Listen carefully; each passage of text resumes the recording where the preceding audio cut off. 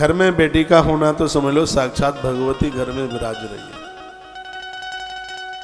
उनको लाड करो, उन्हें स्नेह करो, ननद के लिए अच्छी सी भाभी बनो। महीने 2 महीने में, 4 महीने में, 6 महीने में उन्हें बुलाते रहिए।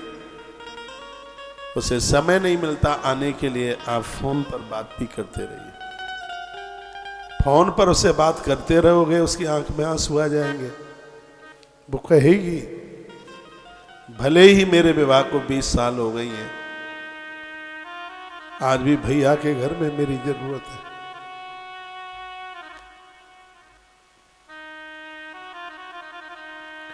इनसे बोलचाल बंद कभी भी मत कीजिए। बहनें ससुराल में काम करते करते थक जाती होंगी,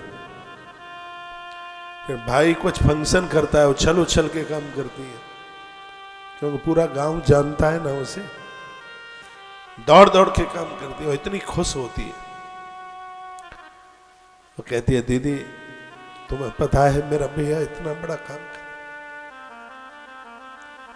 इस धरती की हर बहन अपने भाई को सांवरिया सेठ की तरह समझती है। इस बहन को जितना भरोसा अपने भाई के ऊपर होता है, उतना तो इसे भरोसा अपने पति के ऊपर भी नहीं होता। और याद रखिए, यह प्रकृति का सूत्र है, पति धोखा दे सकेगा, पति धोखा दे देगा, कि भाई बहन को कभी भी धोखा नहीं देता।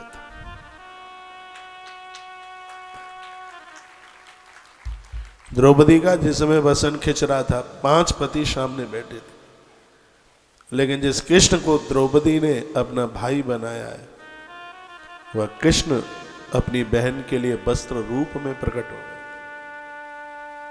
ये जितने भी भाई लोग मुझे सुन पा रहे हैं, उन क्षणों को याद कीजिए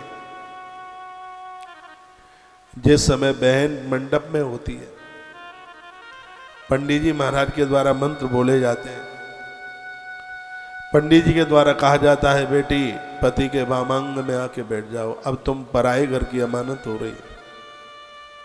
वह रो पड़ती है। विवाह में 8 दिन 15 दिन पहले से तो बेटियां सब खाना पीना छूट जाता, दिन रात रोती रहती।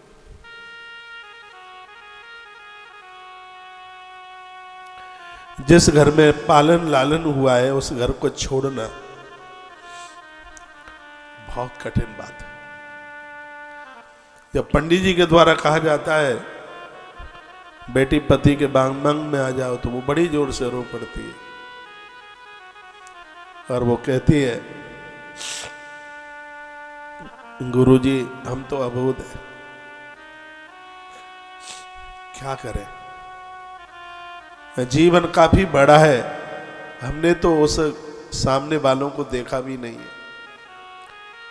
गुरुजी हमसे कोई गलती हो गई है, हमसे कोई त्रुटि हो गई, तो उस घर के लोगों ने हमें घर से निकाल दिया, तो हम कहाँ जाएंगे। उसकी आंख में आंसू होते हैं और वो मंडप के नीचे रो रही होती है। पंडित जी के मुंह से आवाज नहीं निकलती, अपनी स्वापी से पंडित जी आंसू पोंछते हैं उसकी बात सुनकर के।